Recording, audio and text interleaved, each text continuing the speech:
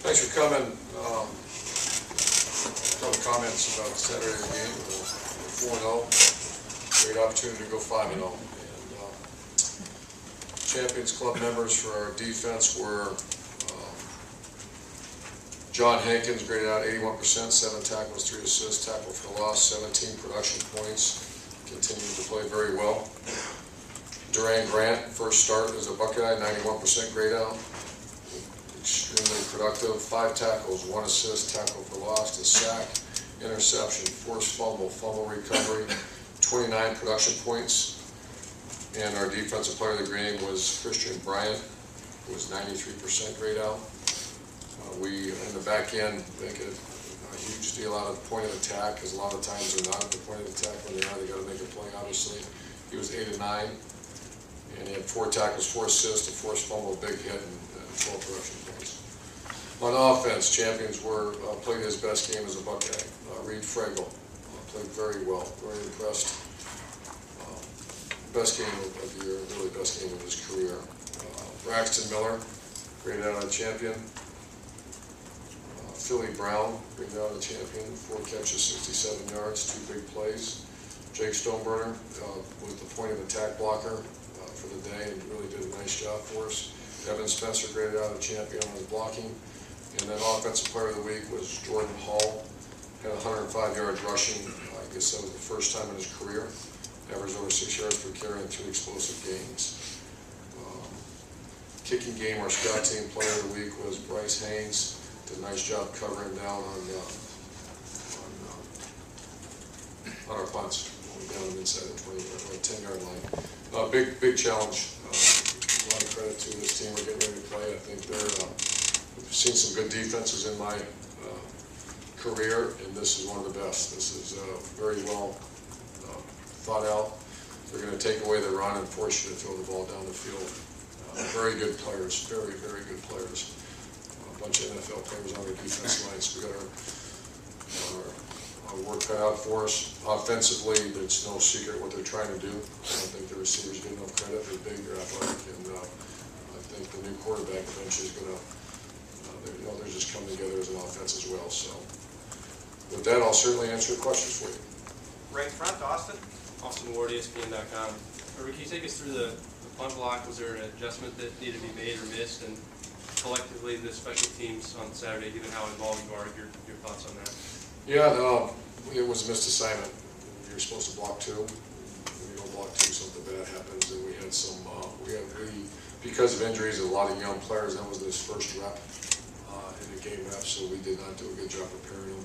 But no, it was not it was like an overload or something like that. The guy just supposed to block him, and he didn't block him.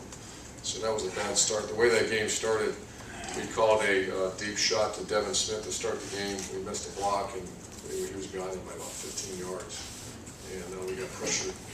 And then 2 plays later, we jogged out the punt team and set another. I think they missed the field goal or something. And, so not the way you'd like to start that kind of game. The kickoff, their pooch kickoff, that landed a couple yards behind our tackle. Stand there and catch it. We're going to put on the tip sheet, catch the ball that's kicked to you. In all seriousness, that's a major error, and we just got to cover it. I guess we have to do a better job of it already. What was the other one? Just gave a kickoff out to the 20-yard line, ran into a punter. Yeah, it was a bad day for special teams. Let's get it fixed. We're playing, I think, 6 or 7 true freshmen. We're starting on kickoff right now. Probably too many. We're going to readjust that and take a look at it. Just trying to get some of those young guys in the game a little bit. Right front, Dave Wilcox. Dave Wilson, 10 TV, or Wilcox, whichever. Over the last 4 games, each game you guys have run fewer offensive plays than the week before. How big of a concern is that? Because obviously you need plays to score points. Well, we need plays and we need drives. I saw a stat somewhere where we had 10 drives over 70 yards or something. Last year they had all 9. That's you should have 10 in a freaking game. I mean, at some point we'll do that around here, and we didn't have that, so very disappointed. So I mean, yeah, is that a concern? Was your question? The answer is yes.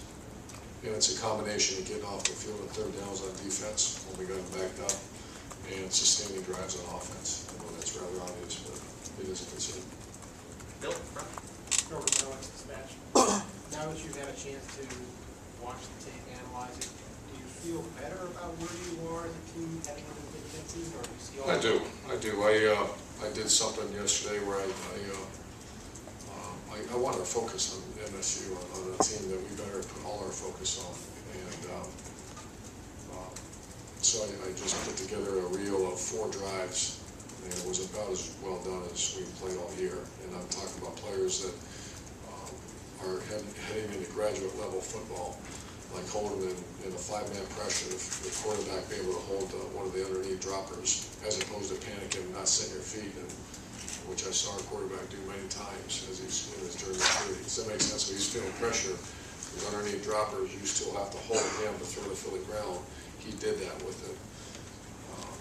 Seeing Reed Fragel, we call it wedge 90, where you block in the zone block, the guy disappears and you work up to the next level. Those are all graduate level things, high level, that normally, at some point we'll have a graduate level offense. We don't have that right now. You felt like you needed to put that together, you wanted to put it together? I did that more for me, I think. I had to eat lunch. I wasn't about to eat lunch after what I saw.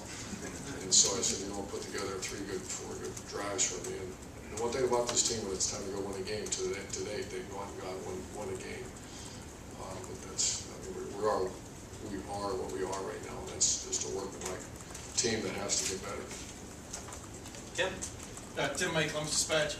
Urban, you went up against Nick Saban a few times when he was at Alabama. You were at Florida. You remember those, I'm sure. Do you see any similarities with him and D'Antonio's defense, and what are the kind of the common traits between those? Commitment to stop the run. I think coaching against Coach Saban for he's a little more complicated in the pass defense, but very similar. Pro style pound you on offense. Very similar. I didn't think about it, but very similar type mentality. Very sound kicking game, which they do. Dave Biddle, Bucknuts. Urban, if Michael Bennett's unable to play this week, how much thought do you give to redshirting him possibly? I didn't even know he did. Yeah, I did hear that he had a redshirt. We're not thinking redshirting at this point, but I think every indication is he's going to play. If he doesn't, then I'll address that. But if he plays, he plays. And Barnett and Roby looks like they'll play this week, or too early to tell? Probable on both. I'd say probable. I'll give you an update. They ran around yesterday. Roby's got a shoulder, and Barnett, CJ's got an ankle. I saw CJ earlier. I saw both earlier today, and they're bright-eyed, ready to go and get treatment. So I'd say probable at this point. We need them, obviously. Hyde is very probable. So pretty close to clear. Doug Landry, the Cleveland dealer. Given that about Carlos, what can you envision for the run game with Jordan and Carlos then potentially both in a game for the first time this year? And where do you think your run game would be then? Well, there's a strong commitment for the team to play to stop the run. Like the whole defense is there to stop the run. So we're going to have to be very efficient and not just beat your face against the wall and do things that we can do. So Carlos, Jordan Hall, and Braxton Miller, we have to find a way to get some yards running the ball. There's going to have to be some creative stuff, because to turn around and hand the ball off, I think we tried that last year a little bit. We went to reverse. It's a very good defense against the run. So we're going to have to be very efficient, and that means we don't want to waste time. How much might Carlos and Jordan be on the field together? Working on it right now. I just actually put together a little drawing on the board of both of them in there. So I think that's what you want. We want those guys in there. Middle back, Jeff. Jeff Sabota of Buckeye Sports Bulletin. 2 weeks ago, there was talk about how you kind of challenged your wide receivers going up against Cal's pretty good cornerbacks. It'll be a similar thing this week going against Adams and Denard. How good are they compared to what you've seen so far? Very good corner. I think Adams is a very good player. Probably as good as the guy that, Devin did answer that challenge a little bit. He made a couple of really good plays. But very good, and it's no secret what they're doing. They walk up on you and say, I got you, and the other 10 guys go stop something else. So the challenge will be there again, and that's, for us to move the ball on offense, that's going to be a big part of what we have to do. Middle left, Doug. Doug Harris, KTI News. Urban, I know you just focused on winning the game, but have you noticed the Big Ten this year has been kind of down and generated some criticism about the conference? As What have you seen from your perspective? I can only compare it to, what's the strongest conference. I have a lot of experience in one, and I can tell you this defense we're getting ready to play will be the top couple of that conference. That tells you the quality of player number one, and then they do a good job on defense. So I have not had, I'm just watching. I watch, and that's the first 4 games, which were a whole lot of Big Ten teams. So I always like to save my judgment until we get playing. But all I know is this team we're getting ready to play is what I'm used to seeing on defense for the last 7 years or 6 years. Middle left, David. Dave Briggs, Toledo Blade. You mentioned Reed Fraley coming along. Where is the line overall, in your opinion? I know that the team gave up 9 sacks to Michigan State last year. I know it's different teams, but how well do you feel like they're prepared for this year? Getting better. Nowhere near what we expect. That's the message I had for the team yesterday, was there's a lot of things are going to change as we continue to grow. One thing that will not change is the expectation level, and that's to lead the Big Ten in offense and eventually lead the country in offense. That's our goal. I'm not saying when that will happen, if it will happen, but that's our expectation level will change. And so our offense line is the apex or the part that controls that. And right now we're not playing at that level. So am I disappointed? Absolutely. Do I understand the growth and tight end that has just been moved and 3 returning starters and all the other excuses that I've heard and will continue to hopefully not hear? Yeah, but they're much improved. Especially that 5th guy. Once we get that 5th guy playing, Reed, we only got him for the 8 more games or whatever it is, but it's nice to see him make that improvement. Far left, Lori. Lori Schmidt, 97.1 The Fan. Kind of going off that, you keep those expectations so high. How do you at the same time keep it so that your guys aren't afraid to make a mistake? Skate and Savino said he thought maybe they were trying to be too perfect, and that's why they're winning. I've heard that. I'd rather, that's fine.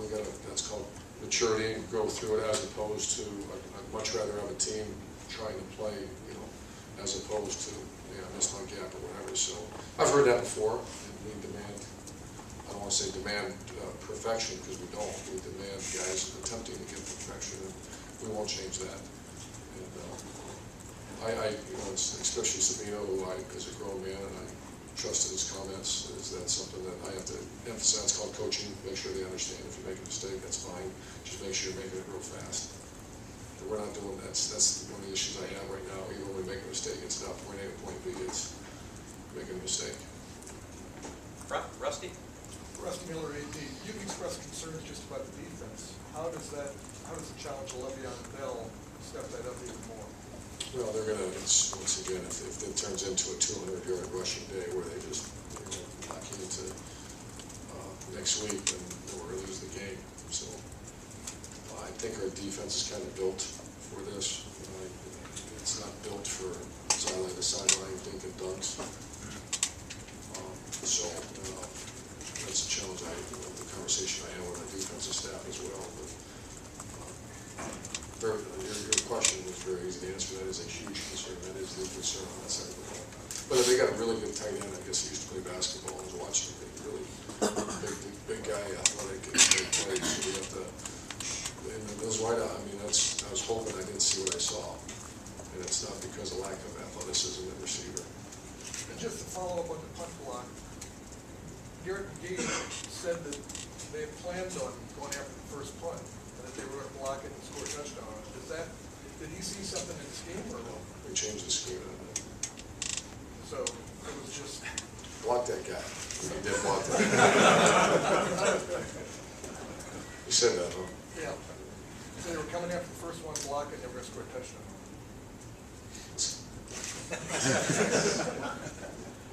Back Keep left. moving.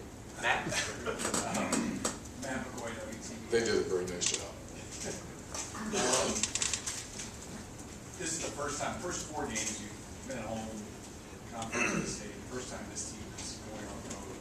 Speak of that challenge, and also, is there, and I know every game's important, but is there any different feel this week that it's Big Ten season?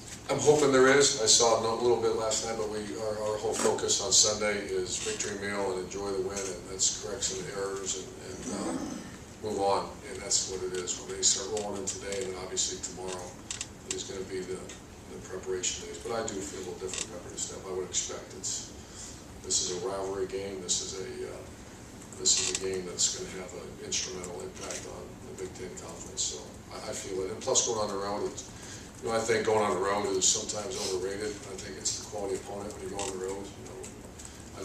Going on the road against a team that you're far superior, and that's not a big deal. Going on the road against this outfit, this is a significant challenge for us. Back right, Clay?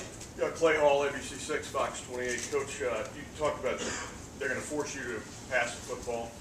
Are you good enough now to tweak your plan, make a new plan, come at them with some new stuff to make that happen? I think so, and then also utilize, our guys are, Devin didn't play particularly well Saturday, but he's a guy that, he's our down the field shot guy. I think the game would have been a whole different ballgame if we protect better on that first play. He runs right by him.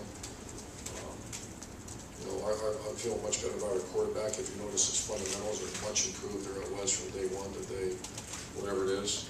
And you can see in the highlight just when we talk about, it's talked about the stripe of his helmet. I'm going to throw the ball over here. You just can't stare there all the time. And he's doing a very good job. And Tom Herman, it's really, that's really good. It's fun to watch. You go watch a highlight of the couple passes he threw.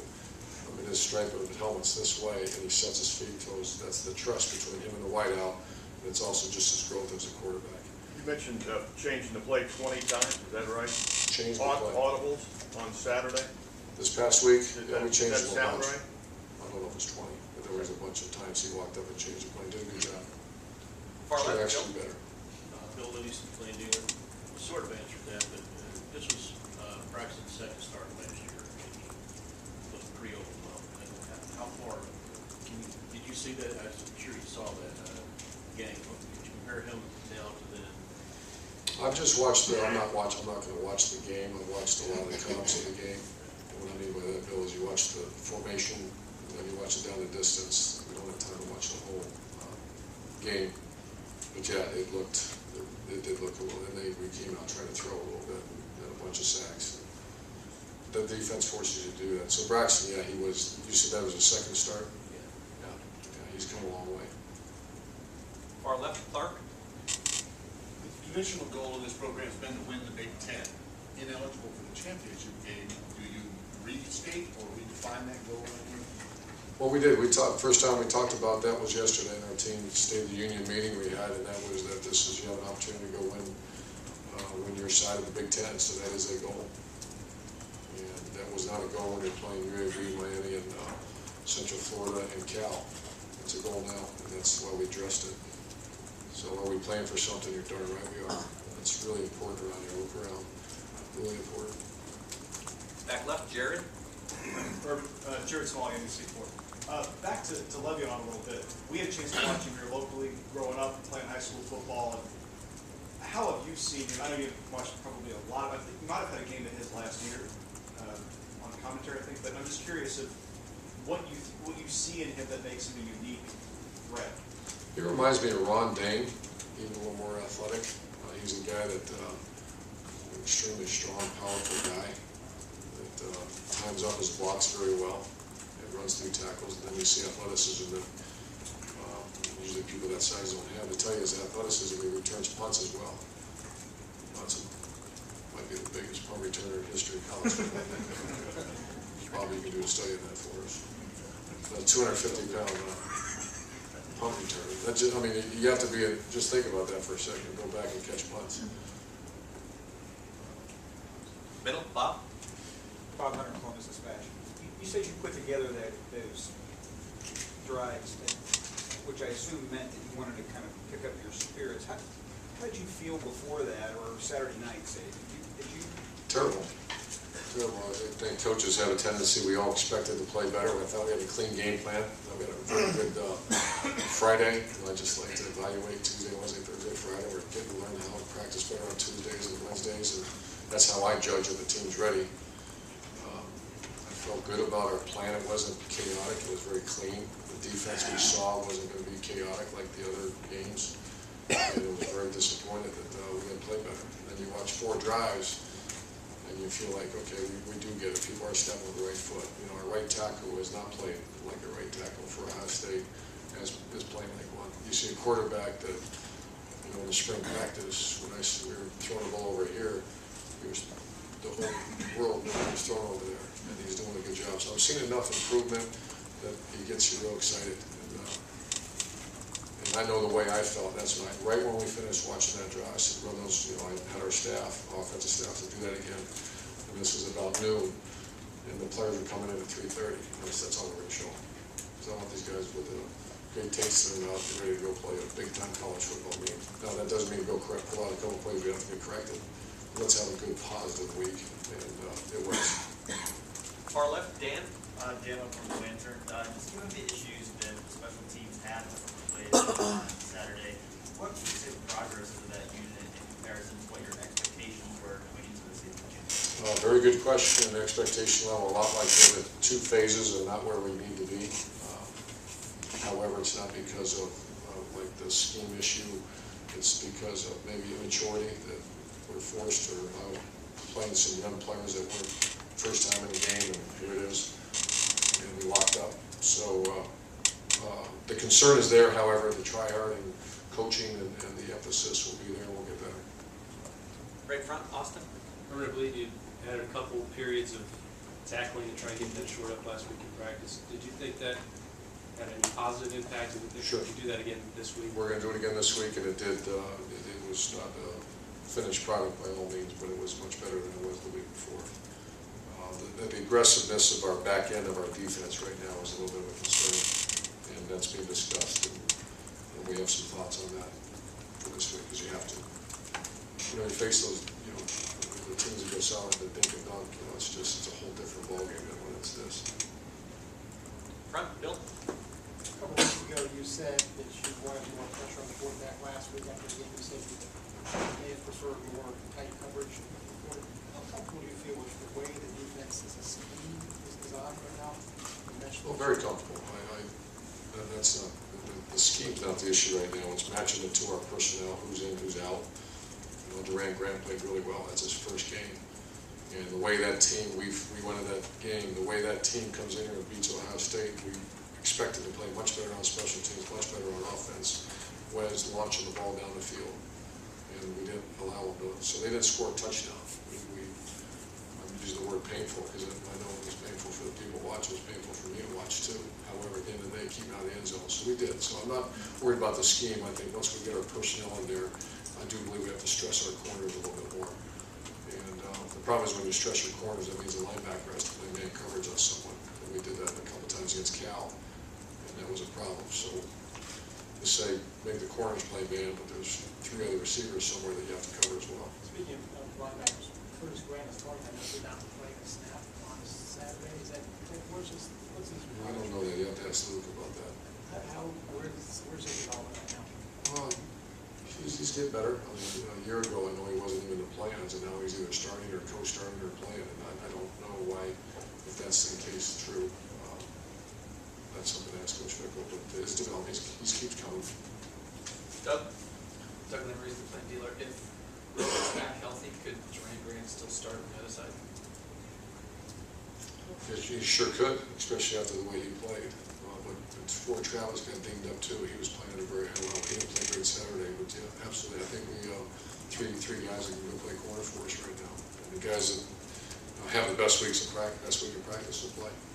And then Jonathan Hankins has been your defensive player of the game a couple times, another productive game. Everybody knew he was a good player, but just what you've seen through the first 4 games, is it what you thought it would be? Is it? With him, because he's such a quality person and a smart guy, that I think the sky's the limit. I don't think we've touched where he can be. I think Mike Grable was really doing a nice job fundamentally, but he's still got some development to do. And when he does, I think he'll be one of the best players in the country. Tim?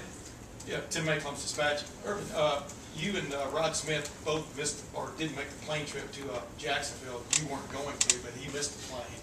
How far has he come from that moment or that episode to getting your trust, and then now where you had the ball to score a touchdown and stuff? And what were your conversations kind of like in January that kind of brought him around, you think? Well, the conversation is January, you probably are not gonna make it. It's probably best you move on and go play somewhere where you play, because it's obviously not good enough to be here.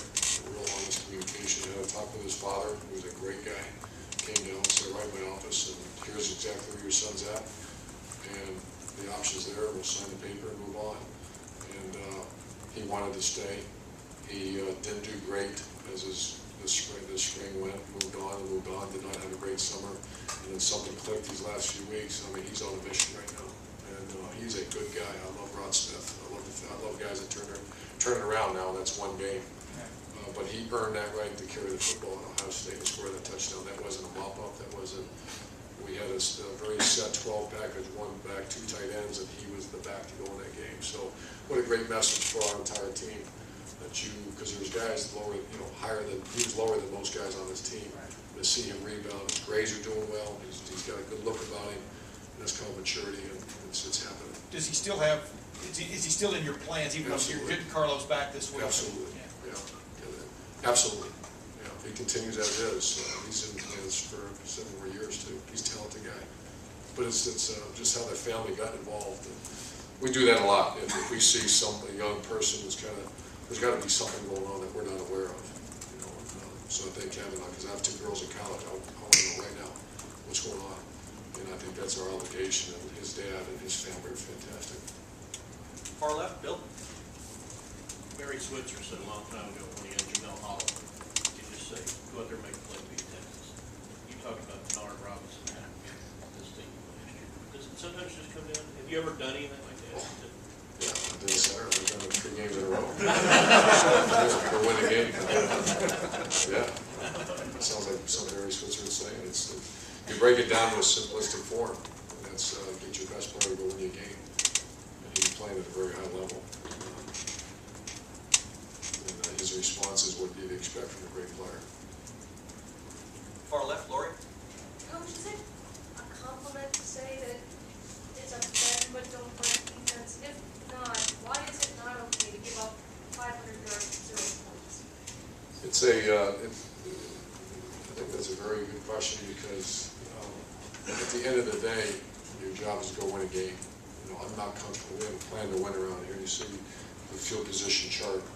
And we make a big deal about once we pin them in there, keep them there, give us the ball back in midfield and let's go. And that's not happening. We're having a lot of punt safe where we're getting the ball back on the 12-yard line. That's because we give up some yards, but we're not giving up the home run yards. So I am not personally, that's not how I want Ohio State defense to be played for our careers. However, I do understand injury issues. I do understand when a team can draw in, you're a good athlete and receiver, and they're not going to be systematically beat Ohio State. So there's a lot of reasons, but your question is, I think that's a question a lot of coaches have that same discussion. At the end of the day, keep them out of the end zone, and that's where we're at right now. Last question, Dave, far left. Coach Dave Metzel, 610 WTVN. After 4 games, there's starting to be a little chatter now about expectations versus reality in this team. I don't know if the expectations were realistic going in, but or how much you pay attention to that. But how much of this start is not surprising to you? You use terms like average football team, and we need to work on this, and we need to work on that. Is there any aspect of being where you are right now that's not surprising to you, given where you were when you started? I thought we'd be further ahead. I was well aware of our shortcomings. I didn't foresee an injury to one of our defensive ends. I didn't foresee that you missed 2 defensive backs. I thought we'd be a little more aggressive in certain areas. I wasn't aware of any, all these, like you said. I know on Ohio State, and there's all kinds of expectations here. And I'm not giving up. I think by the end of the year, this might be a hell of a football team. I mean, it might be sooner than that. There's some people got to make some choices, and we got to do a better job in a lot of areas, and we got to get some young players experience, which we're doing. We're playing more freshmen than any school in America, and so sometimes that looks awful at times, but it's our job to coach them through that and get them to be sophomores real fast. And so that's where we're at. So I still think we have potential to be a hell of a football team. By the end of the year, I think people will be thinking and saying great things about Ohio State. I really do if we continue to grow and mature. Coach, thank you very much. Thank you, guys. Thanks, Coach.